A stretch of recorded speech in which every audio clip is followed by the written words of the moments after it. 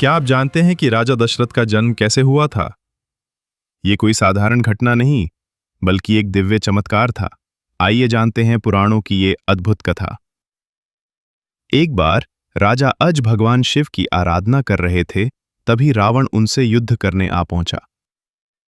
लेकिन कुछ ऐसा हुआ कि रावण हैरान रह गया।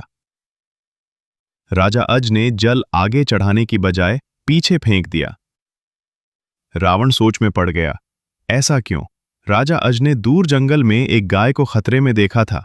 उनकी दिव्य शक्ति ने जल को बाणों में बदल दिया और गाय की रक्षा की। रावण समझ गया, ये कोई साधारण राजा नहीं। एक दिन राजा अज को सरोवर में एक अद्भुत कमल दिखा, लेकिन वह जितना उसे पकड़ने जाते, कमल उतना ही दूर हो जाता।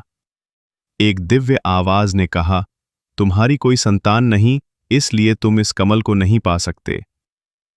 राजा अज टूट गए और संतान प्राप्ति की प्रार्थना करने लगे। एक दिन एक गरीब ब्राह्मण भिक्षा मांगने आया।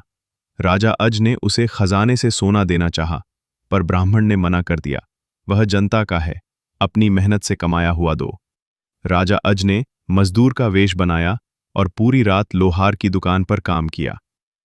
अगली सुबह उन्हें मिला सिर्फ 1 टका। जैसे ही ब्राह्मण ने वह टका फेंका, जमीन से निकले 9 स्वर्ण रथ और आकाश में विलीन हो गए। और फिर 10वां रथ जमीन पर रुका और उस पर था एक सुंदर बालक, राजा दशरथ। भक्ति, त्याग और दैवीय कृपा का फल उनका नाम दशरथ पड़ा, क्योंकि वे 10 दिशाओं में रथ चलाने में सक्षम थे।